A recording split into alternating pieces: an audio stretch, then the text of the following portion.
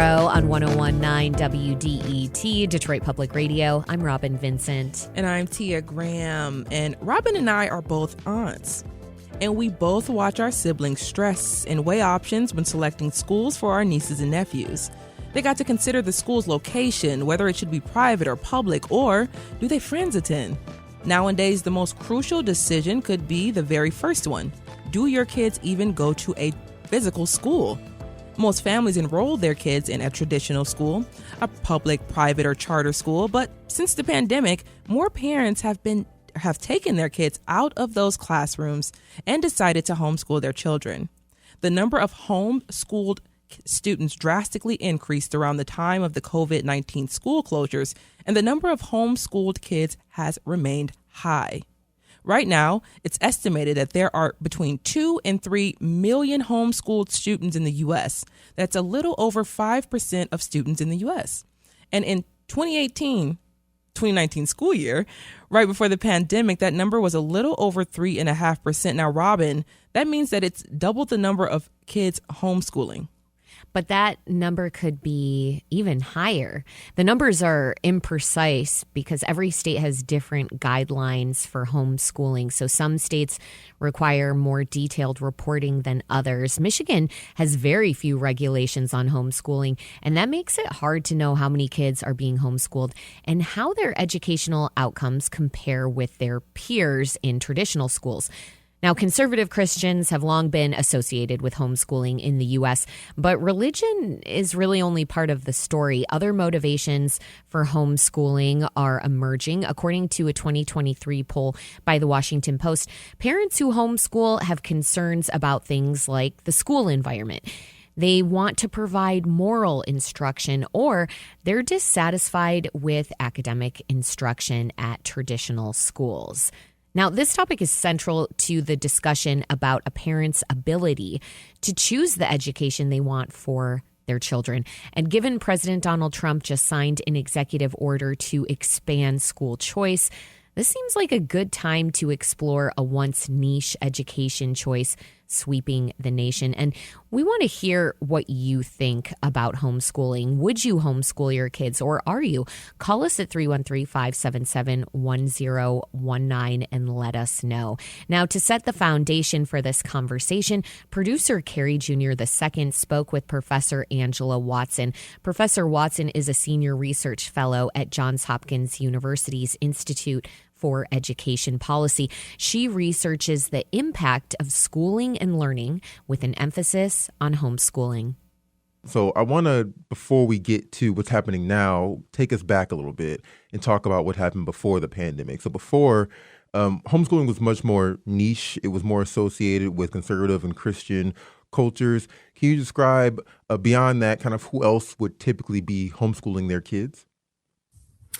Yeah, so, I think that there are definitely the stereotypes, like you mentioned, about homeschooling.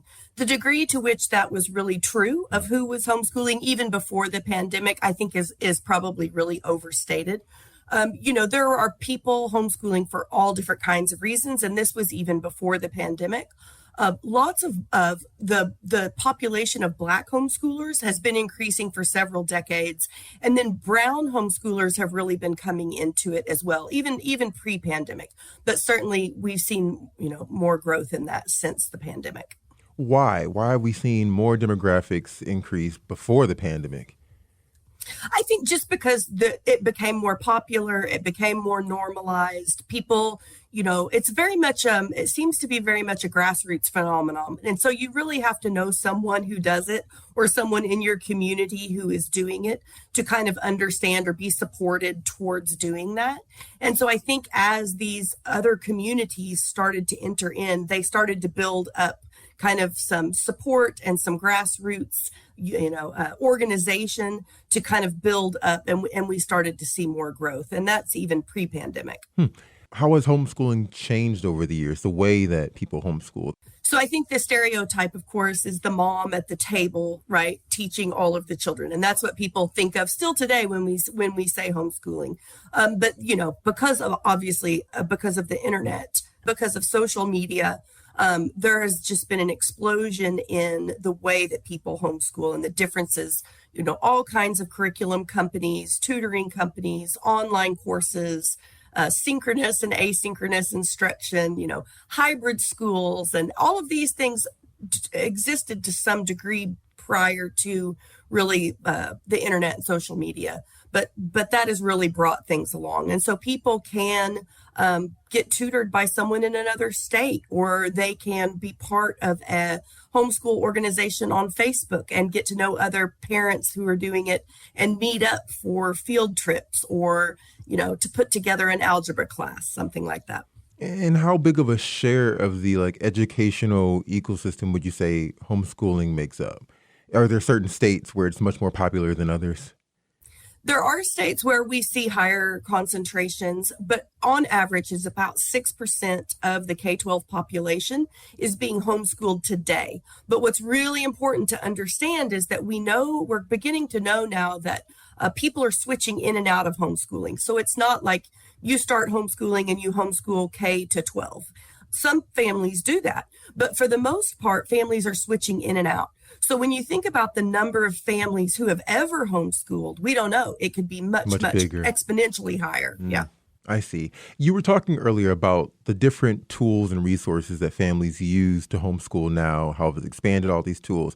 Is there a difference between those kind of remote tools and the curriculums that make those tools effective and a traditional curriculum you get in a school system?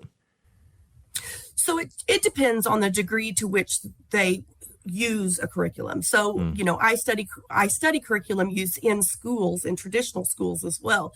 And we know that teachers, oftentimes do not use their curriculum. And so schools spend hundreds of thousands of dollars on curricula that teachers then don't really use, or they kind of use it, but they tinker together some other stuff.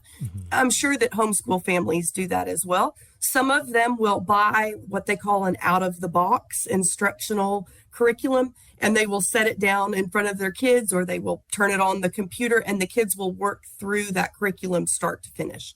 Other families tinker together things that they have found or created, pull things from different curricula. They may use one thing for math and something else for reading, and do something completely different for science. And so, that definitely is happening, but I think that that's pretty consistent with what we see in traditional schools as well. People who critique homeschooling, though, would often say there's a level of credibility you have to be a teacher. Like when you say that about teachers in schools, people say, okay, well, they, for the most part, not all, but for the most part, studied how to educate. So we trust their judgment in how they choose which subjects are important and which tasks and skills and homework is supposed to be applied to learn this subject. When it comes to parents, we don't know what that is. So I'm wondering what's the difference and how do you respond to that? Right. I mean, I think it's a fair concern. I will say, though, that we think that there's evidence that homeschool families, upwards of 50% of them, are using some sort of instructional materials, whether that is a hired tutor, whether they use the instructional materials that they have purchased, or they're part of some online instruction, right? And so we know that, at least half of these kids are getting some sort of formalized education.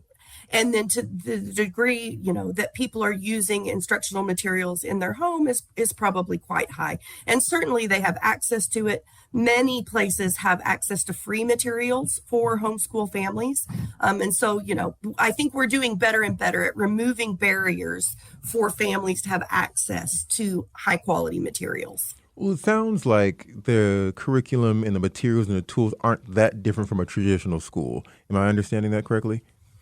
Right. I mean, I think that they are there. They may look different than what is in a public school. The subjects may look different, or the instructional pacing and such may look different.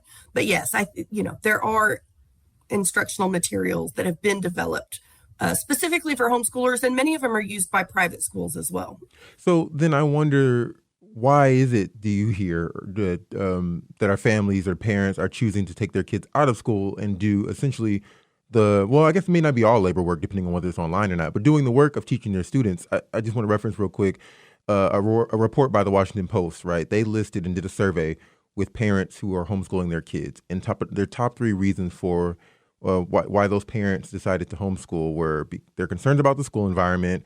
They want to provide some moral instruction and some dissatisfaction with the academic instruction in schools. Does that track with what you understand to be the reasons why parents are saying, hey, I know we're doing almost the same thing, but I'd rather do it at home? Right. So nationally, what we see, the number one reason that parents say they homeschool is for safety.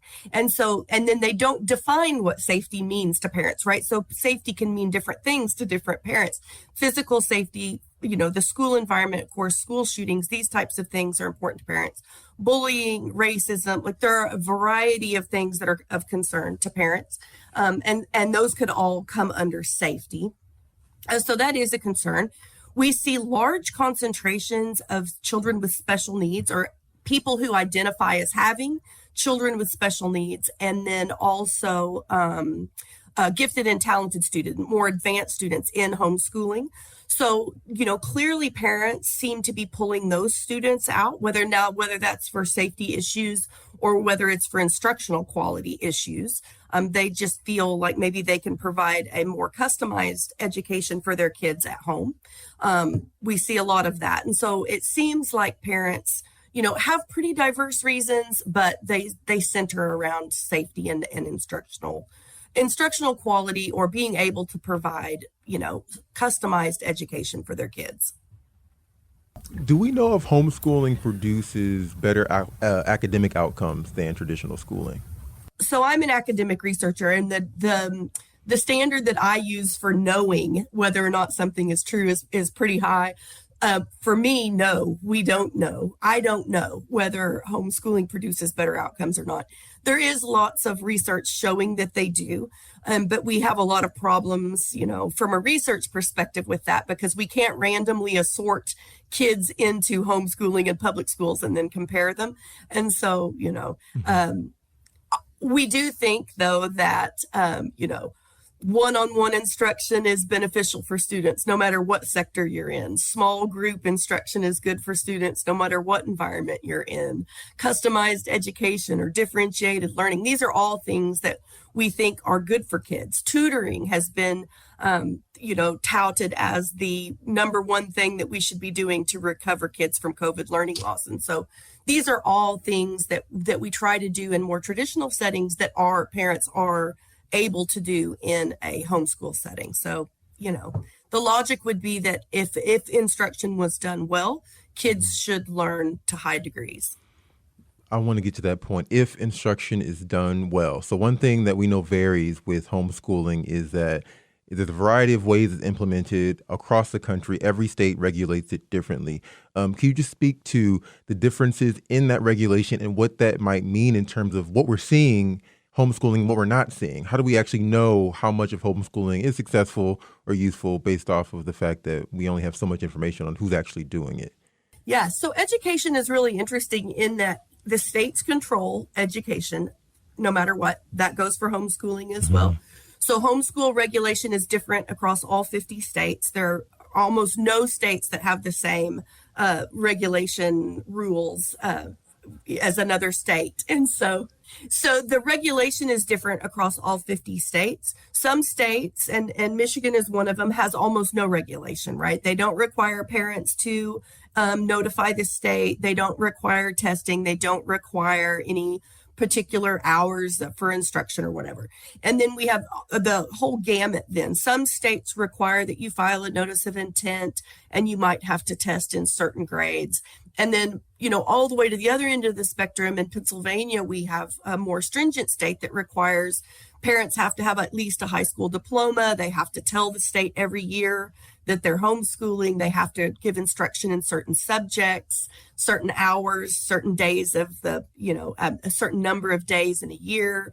So there's a lot of variation there. Now your question is whether or not we know whether that provides more quality instruction or not. And I don't think we really know that, right? I think parents could be doing the same level of instruction in a no requirement state as a heavy requirement state. Mm-hmm.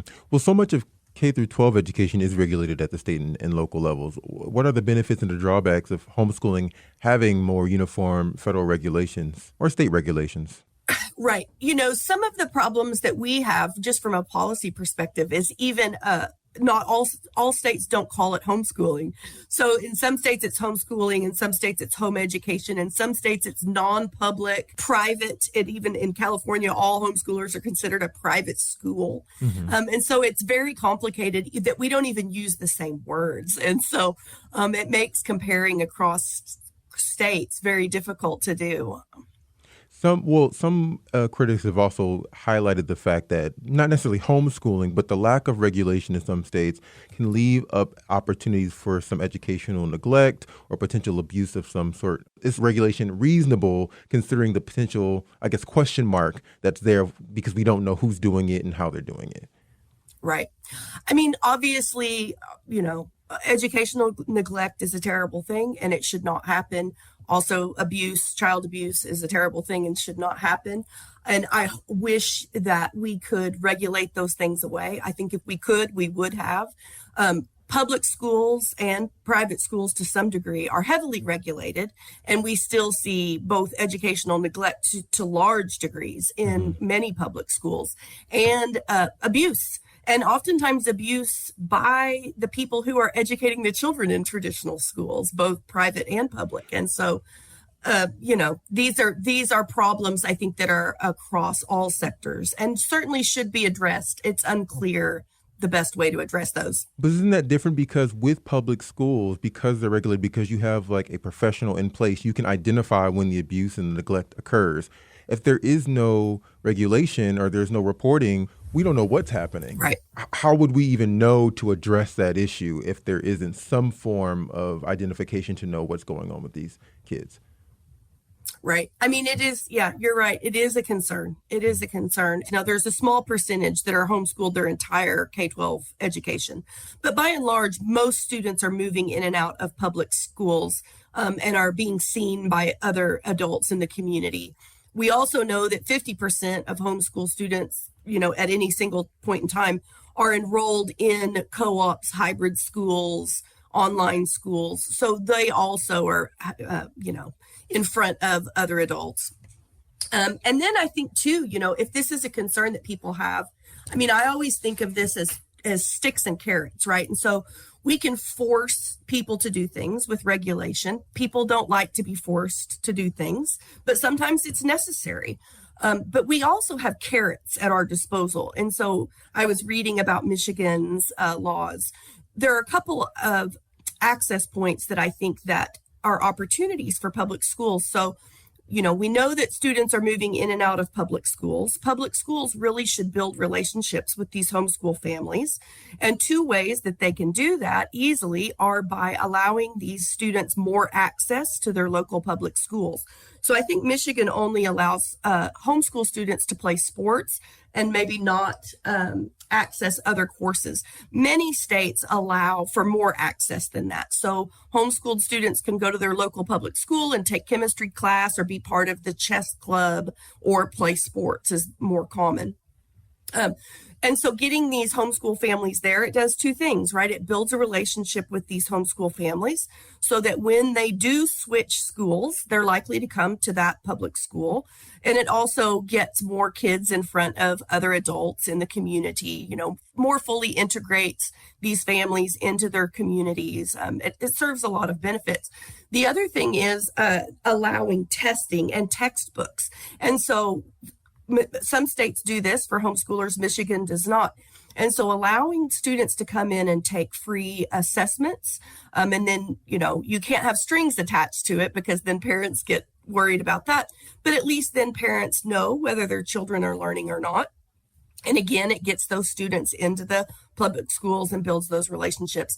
And then allowing parents to borrow textbooks for instruction from their public schools as well. A lot of states do this. And again, it builds those relationships and it provides high quality instructional materials to homeschool families. If we're concerned about whether kids are learning, these are things that we could be doing. If we're concerned about homeschool kids being isolated and not in front of other adults in the community, these are ways that we could, offer things to families to help them and support them and really kind of kill two birds with one stone. All right, Professor Angela Watson, thank you for taking the time to talk with me about this. I really appreciate it this morning. Yeah, thank you for having me. I enjoyed it. Thank you very much.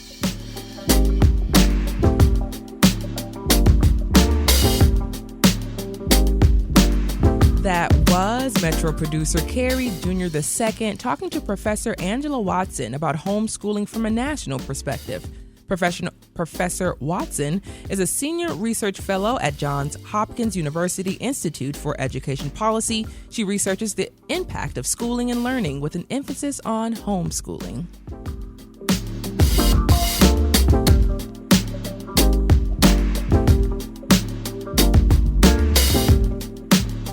Coming up, we'll hear from a parent who has homeschooled for nearly 30 years. And we want to hear from you. Would you homeschool your kids? Why or why not? Give us a call. The number is 313-577-1019. This is the Metro on WDET. We'll be right back.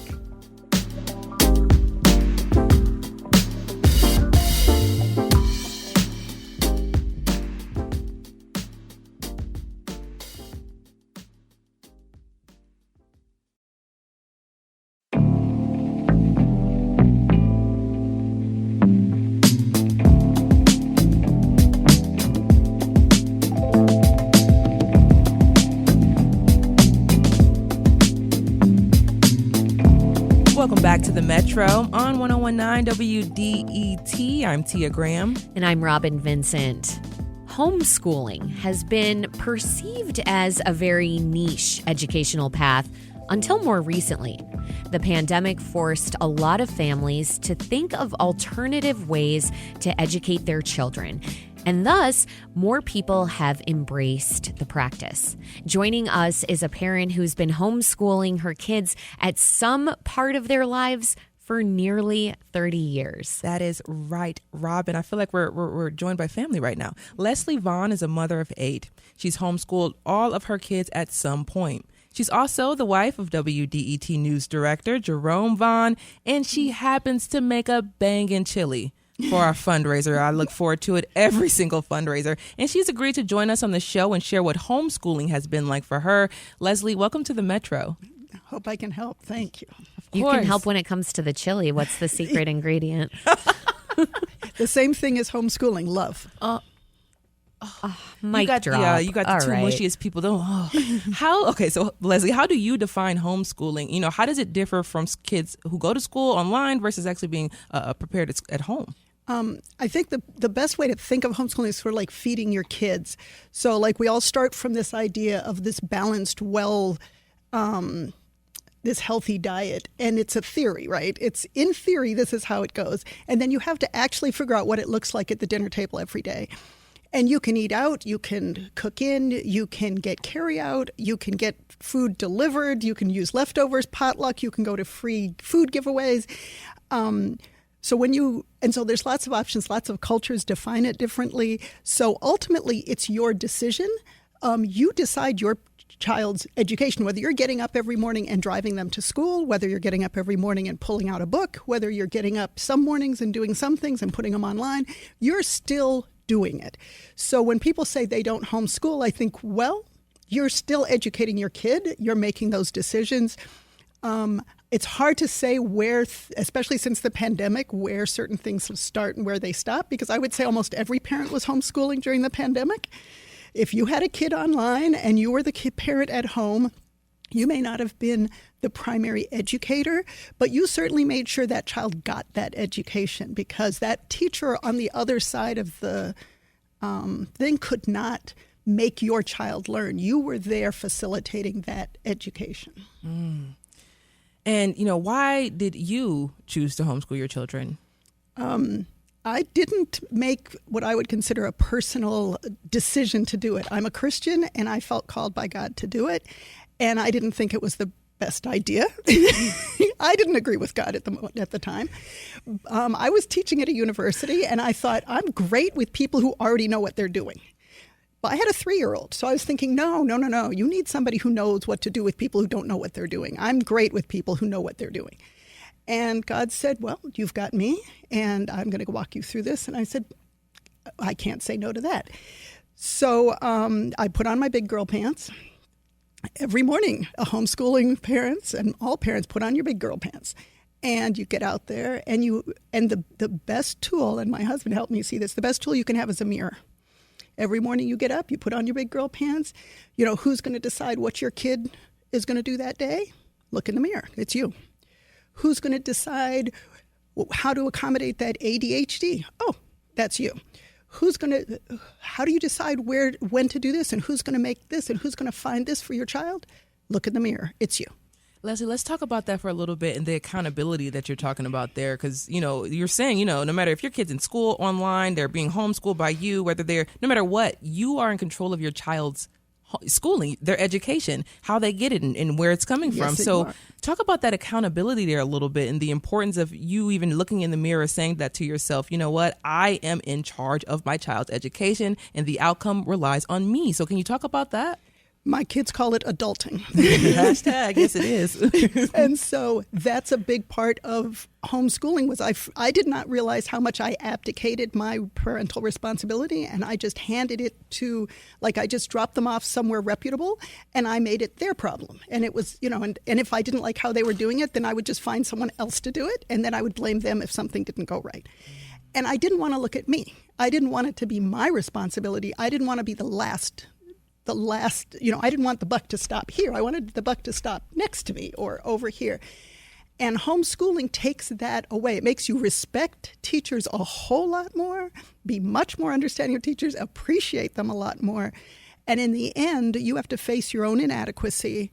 You have to face the truths of yourself and the relationships in your home, because your family is spending its time. It's much like pandemic. You're spending time with each other. You never intended to spend that much time with your people. It was not in the book cards. No, it was not. No, it was not. So, Leslie, just hearing about this, you're looking in the mirror, you're the first time you're stepping into this role, you got a 3-year-old, and you're just trying to figure things out. How long did it take you to get your footing and get that confidence in homeschooling? You're still looking. I am about to graduate number 7, and I would say we're all still looking. You never get there. It's sort of like saying, are you a good cook? Well, I've made some good things. I make a good chili, right? Yeah. Now, would I ask a James Beard chef to come and eat my chili? No. I'd hope he'd enjoy it if he had it, but I don't think of myself as some example. You're only responsible for your own child. You're not responsible for children in general. You're not responsible for the education of America. You're responsible for the kid in front of you. And that's what you focus on. Do that right, and you've done it right. Teachers have a whole lot of other things they have to be accountable for. You don't. So it really limits your purview is very small. It's your kid. And you have all the resources at your disposal that you have at your disposal. And you get online, you get in your car, you go to the library, you call up a friend, you grab information from wherever, from generations of, I'm not the first homeschooler. There were ones who, did it before me. America was built on homeschooling. There were not public schools in the beginning of America. So, and certainly a lot of Native people homeschool as their choice of homeschooling, their preliminary homeschooling methods. So it's weird that we think of it as something so revolutionary or new when it's the oldest method of schooling and education under the sun. I definitely think we're going to get down to that a little bit later as well. But, just thinking about the resources and the different things like that, did you start out looking for a curriculum? Did you know what you wanted your kids to kind of go through as you were starting this out? Or did you kind of learn as you went? You said you're still learning. You just did number 7. So you're still learning. But in what ways did you kind of find a system that worked for you and with a curriculum? I started off with homeschoolers who were doing it and with kids who seemed to be similar to mine in some ways. And they had curriculum, it was like hand-me-down clothes. They were like, here, try this. Here, take a look at this. And I would try something and go, oh, this is great. Or, oh, not for me. Just like, and then once we found a path that sort of seemed like, oh, this makes sense to me. It makes sense to the kid. It makes sense. It's affordable. It's doable with our lifestyle. I was constantly pregnant nursing. So it needed to be something that was flexible. I couldn't have something that was a, must, because my kids didn't do with must very well. So, it had to be flexible, and we had to be able to travel with it. I mean, at the time we were spending about a month to 2 months a year out of the state, and so it had to go with us. So that really formed our homeschool, but that's the wonderful thing about homeschooling is you form it around your own kids.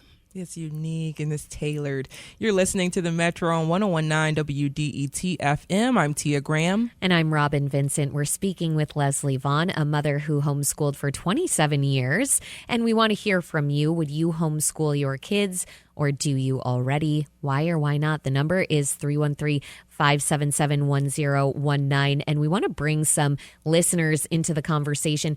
First, we received a comment from Randall in Oak Park. He says homeschooling sounds good, but parents aren't always good teachers. His daughters were homeschooled for a short time, and the result was that they ended up being held back. So that gives us something to think about. Randall, thank you for leaving us that note. We want to also go to the phones now to Kirsty in Lathrop Village. Kirsty, would you homeschool your kids? Actually, I did homeschool my kids. So okay. They are high-functioning adults in society. One is a lawyer, and one works for a major company and is a musical. He's a composer and a musician. So they are older now, and I did choose to homeschool them because I graduated from Wayne State as a teacher, and I originally here in Michigan was an overseer for parents who wanted to homeschool. At some point in the 80s, that was the law. You had to have a professional teacher come in and make sure you were following curriculum and that your children were at the level they should be at, or to help. Interesting. So, yeah, interesting. Oh, well, I mean, I say that because we've been talking about how there are few regulations in the state of Michigan now, and so I'm guessing that process is different now. It is, and I am out of the process for at least, it's been about 8 years now. Sure. Leslie, helping take. Thank you, Kirsty. Thank you so much for giving us a call. I see Leslie nodding her head over here. So for you, what kind, I'm wondering how the processes changed because you've been doing this for a long time now, as we've noted. So did you have that experience of a teacher needing to come in and then no longer? What's interesting is that she was in the 80s. In the 90s, late 80s and 90s, it was illegal to homeschool in Michigan. And so I came in as part of the first generation when it became legal again. And so now it's fairly unregulated. Homeschooling has been a hugely political movement, and it just goes through. You have to have a very steady compass yourself, because as the laws change, so I know a lot of people who homeschooled illegally because they believed it was what was best for their kids. And then homeschooling came along and they said, oh, it's so great. Now we're going to make it legal. It's like, well, we've been homeschooling anyway. And do you wait until the law tells you can, or until the law gives you help? And the answer is no, you do what's best for your kid. I shouldn't. I'm not. In your view. In my view. Thank you. So has that been frustrating for you then to see homeschooling get wrapped up into politics? It sounds like you're saying there is some politicization of it. I get up in the morning, I put on my big girl pants, and I look in the mirror. I don't ask who the president is. I don't ask who the governor is. It doesn't matter in my house. For people who are looking for guidance from government, I think you've probably been running a roller coaster in education for a very long time. I don't think homeschooling is just one of a big piece of a big, that education is a political miasma. Is that the term? But it's just one of lots of things that get thrown in there. So if you're somebody who listens to that to make decisions for your children, I think you're probably sick of it by now, and you'll start to make your own decisions pretty soon because you can't wait. Do you think there are some regulations that would be helpful to have in Michigan? put on your big girl panties and get a mirror. I don't know how you regulate things like whether or not a parent, like it's like feeding your kids, like I said before. Like, how do you decide whether or not that person is feeding their children nutritiously? You can, I mean, I don't know how to do, like you can tell if they're being starved. Leslie, would a standardized test help these kids out? Like, because we see that happening so much. Like, do you see? Well, look at standardized testing in the school system. Has it been a tool that has helped schools improve their instruction? It's hurt them, and it's oftentimes not necessarily the best reflection of a student's where they're at in the. And if you're a parent, process. you know how your kid is doing. I mean, a standardized test is to tell somebody else how your student is doing. I mean, my kids take the SATs. At the end of it, they go to college. I have 2 in graduate school right now. I mean, they're doing fine. I don't know what people want, why people want to regulate my homeschool particularly. I mean, I don't know. I'm not sure what the urge is that makes it, if the product, I guess it puzzles me when people are overly interested in, but they're not that interested in their own local public school system. They don't go in and argue with that, but they're upset when people are trying to do it at home organically with their own children. Some critics of homeschooling, like our listener Randall in Oak Park, believe parents lack the teaching skills that professional educators have. You are a professional educator. You were talking about working as a college instructor before homeschooling. Yes. Without that training, do you think is it fair to say that educational outcomes could suffer? I have to really give it to Randall. First of all, for just the openness to say that. Our final child, our 8th, he got to 8 years old and was not reading. He was illiterate at 8. And I had used up all of my knowledge of having taught 7 kids, having done all of this. And I had to admit that homeschooling was not working for this child. And he went to school. Now, do I feel like I failed my child? No, I made the educational choice for my child that was best for that child. And that's what we do. And so did my child go in at a lower grade than he would have gone in if he had, started? Yes, right? Is he at grade level now? Yes. Is he thriving and succeeding and all of that? Yes. So I don't know if taking your kids out and trying homeschooling is a terrible thing. And if it doesn't work out, you can put them back in school. And I don't know if you should not do it because it might not work out any more than you should not put them in a certain school because it might not work out. You need to have a compass by which you make your decisions and then look in the mirror and do what Randall did, which was they looked in the mirror and they said, this isn't working. And they changed. They made an adult parent decision, changed direction. And I imagine now that their child is thriving.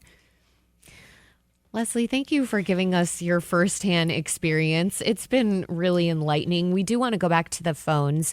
Christopher in Detroit, would you homeschool your kids? I would do it in tandem and definitely start with your baby can learn. But I also think that the laws of Ohio and New Jersey and Rhode Island need to be expanded upon to include rites of passage as age-appropriate hands-on sex education for those who wish to do so should be qualified by taking courses in Tantra and the Kama Sutra. And so to convey a higher ideal of sex and sexuality than what we have going on, I believe also that the roles of counselors could take on a more of a counseling role. I believe all of these things should definitely be quantified and regulated to ensure that a level of education is had by everybody. Thank you, Christopher. Thank you so much for giving us a call. And you bring up a really fascinating point, and that is sex ed. And we know that plenty of parents have qualms about the ways that it is taught or not in the classroom. And Leslie, that this has me wondering how you taught sex ed to your kids. Was that a hurdle for you? I didn't do a lot of I didn't do a sex ed class. It was because, honestly, as a Christian, that specific topic is not relevant until marriage. So I don't feel the need to go into this nitty gritty of all of this. It was one of the nice things about being a homeschooler is, now, things about your body, talking about systems and things like that. Absolutely. So I would say more health related. I would say that instead of doing sort of what we would call sex ed, but we did a lot of relational, talking about relationships, how to have successful relationships, and just being in successful relationships. And that, navigating through friendships, navigating through strife. Those are things that, we've done, gotten better at, been bad at. And as a family, we've, come through a lot. So I don't know. I didn't teach sex ed, and my kids may say to you, we wish she had. And that, again, if they want to do their children, they can teach their children differently. I didn't care for this idea that the state was mandating that I should teach something like that, which to me, if you following scripture isn't relevant until. And then there's a time that it is, and that's the moment when you give it. And I love the fact that he brought in his own, the Kama Sutra, whatever. That's a perfect example of a homeschooling parent who could focus on what's important to them in their homeschool. And so it's a wonderful example of the kind of, obviously a very dynamically minded parent who is very interested in controlling and being accountable for and responsible for what goes on in his own home. And I think that's the kind of a homeschooling parent. That's a great homeschooling parent. I don't know that that's something we can quantify and legislate. Leslie Vaughn is a mother of 8. She homeschooled her kids for 27 years. Leslie, thank you so much for joining us on the Metro. My pleasure. It was a pleasure. Thank you.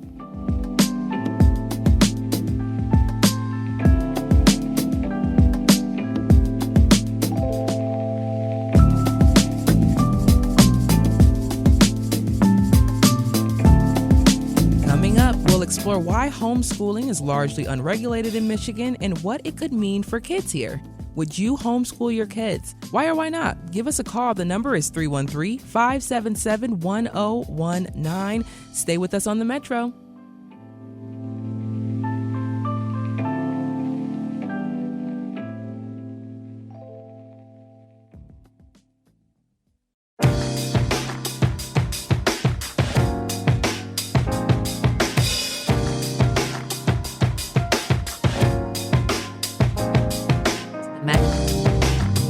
Welcome back to the Metro on WDET. I'm Robin Vincent. And I'm Tia Graham. We've been discussing the major factors at play when a parent is considering whether or not to homeschool their kids. At the center of the discussion are regulations in place for homeschooling, and every state is different. That's right, Tia. Some states have more explicit standards for homeschooling, like registering the child with the state, taking annual assessments, or establishing a minimum number of hours a child should be learning. Other states have very few regulations, and Michigan happens to be one of them. Despite efforts over the years to establish more guidelines for homeschooling here, Michigan remains a state with very little oversight. Joining us to help unpack what this means for children here is Lily Altavena. Lily is the educational equity reporter for the Detroit Free Press, and she's worked on an investigation into the neglect of a homeschooled student. Lily, welcome to the Metro. Hi, thanks for having me. So tell us, how did Michigan become a state with little to no regulations on homeschooling? Yeah, so there's a little bit of a history there, kind of as your previous guest alluded. In around 1993 in Michigan, it was not illegal to homeschool a child, but you had to have a certified teacher to homeschool a child. I think homeschoolers found that very onerous. Obviously, it can be difficult. That takes training. It takes certification. And what eventually happened is that a religious couple won a Michigan Supreme Court ruling that overturned that requirement. And that kind of started to open the door for homeschooling in Michigan. And largely as it is now, there are virtually no requirements in Michigan around homeschooling.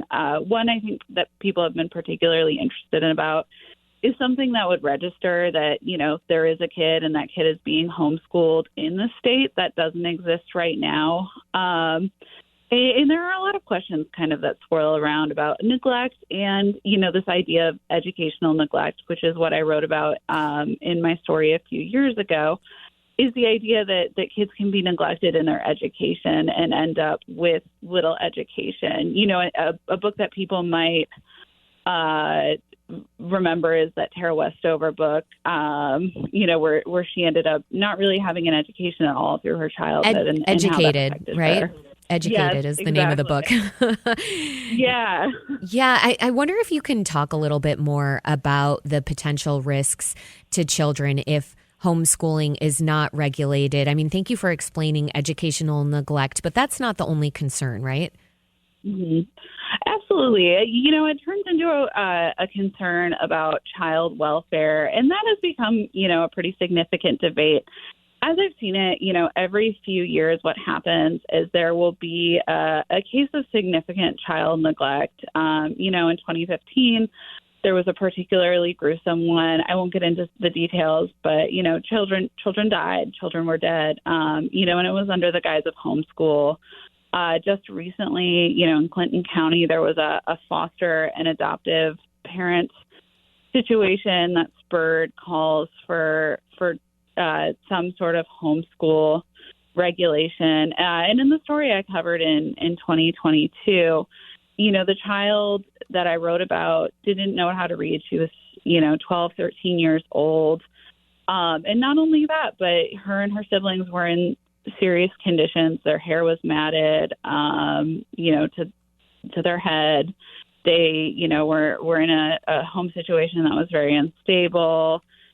There were a lot of issues at stake, and without an educator or, another adult to check in on them, there were very few checks and balances in their lives. And so that's what kind of proponents say is, there is a risk for children to be significantly neglected, and having an adult related to school or having some sort of adult to check in can be helpful. On the other hand, some folks say these instances of neglect unfortunately do happen, but they're rare, and that shouldn't mean, a requirement on all homeschool families.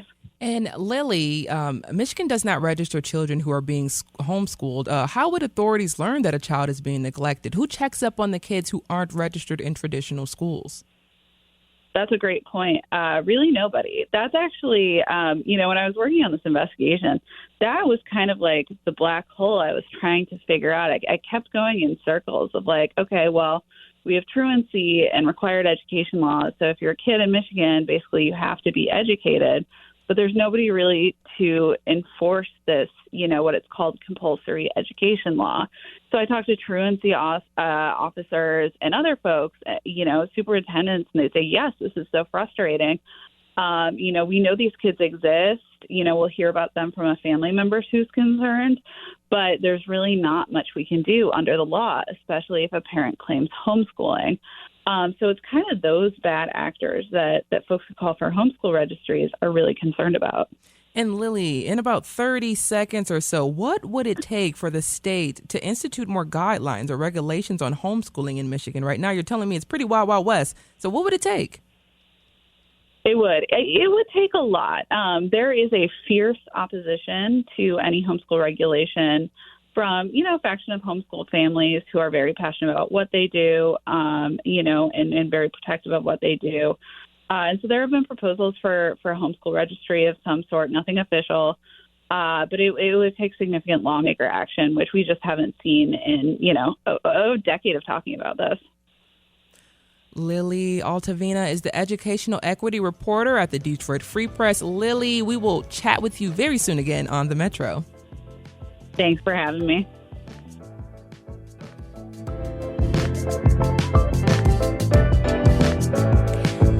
Metro for February 3rd. The show is produced by Sam Corey, Carrie Jr. II, and Jack Philbrandt. Our engineer is Nate Bender. Our senior producer is David Lyons. The Metro is a production of WDET, a listener-supported service of Wayne State University. This is WDET-FM, Detroit Public Radio, your connection to news, music, and conversation.